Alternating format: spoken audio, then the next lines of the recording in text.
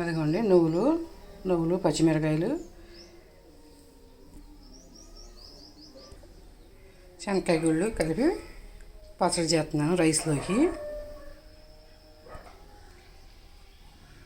Oil వేసి పెట్టాను బండిలో. ఈ శనక్కాయ గుళ్ళు వేసేసుకోవటమే, వేసుకుని వేపుకోవాలి.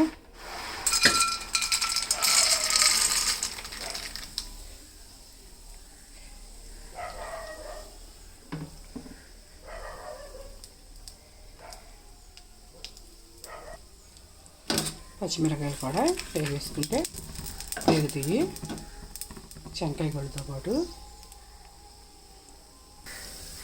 ఇదిగోండి పప్పులు ఇలా వేగినాక కొంచెం మధ్యలో నువ్వులు వేసుకుంటే వేగిపోతాయి. ఈ పచ్చడి వెల్ది పీకిలే. ఇది నువ్వులు పచ్చడి.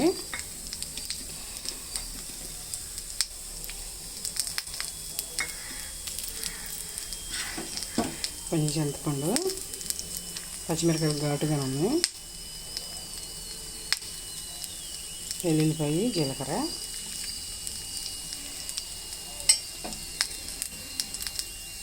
ఉప్పు,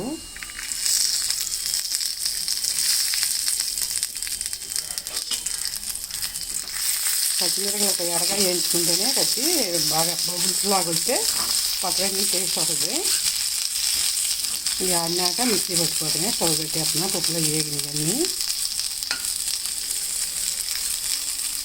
నువ్వులు స్వీట్లో కొంతమంది ఇష్టపడరు కదా, ఇష్టపడిన వాళ్ళు ఈ పీకిని పచ్చడి చేసుకుని పెడితే పిల్లలకి ఈ నువ్వులు తింటే మంచిది అంటున్నారుగా, మంచిది. పచ్చడిలాగా చేస్తే రైస్లో పెట్టేస్తే క్యారేజీల్లోకి వాటిల్లోకి లంచ్ బాక్స్లోకి పెట్టామనుకోండి, అప్పుడు ఇక తింటారు చక్కగా. ఇంటికాడ ఉంటే నువ్వులు అనేది తినరు కొంతమంది. అప్పుడు వాళ్ళకి అందాల్సిన విటమిన్ అనేది అందుద్ది. నువ్వులతో పచ్చడి చేసుకుంటే హెల్దీ, ఆరోగ్యం కూడా.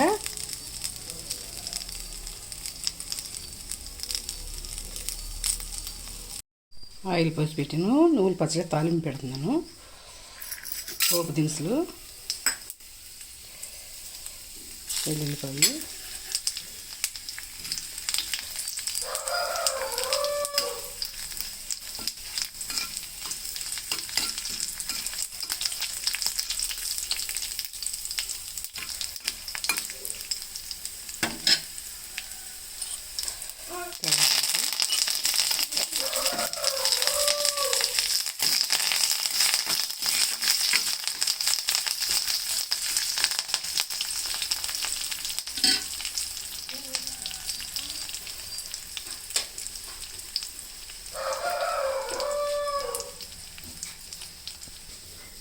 పచ్చడి, నువ్వుల పచ్చడి. ఈ తాలింపు దీంట్లో వేసుకోవటమే.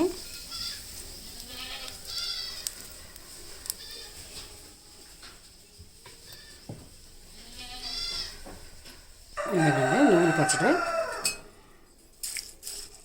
తాలింపు పెట్టంగా కలుపుకోవాలి పచ్చడి అంతా.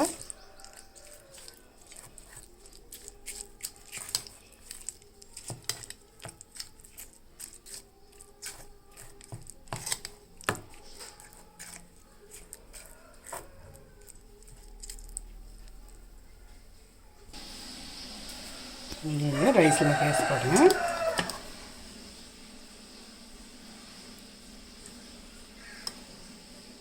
నువ్వుల పచ్చడి రైస్లోకి, అన్నంలోకి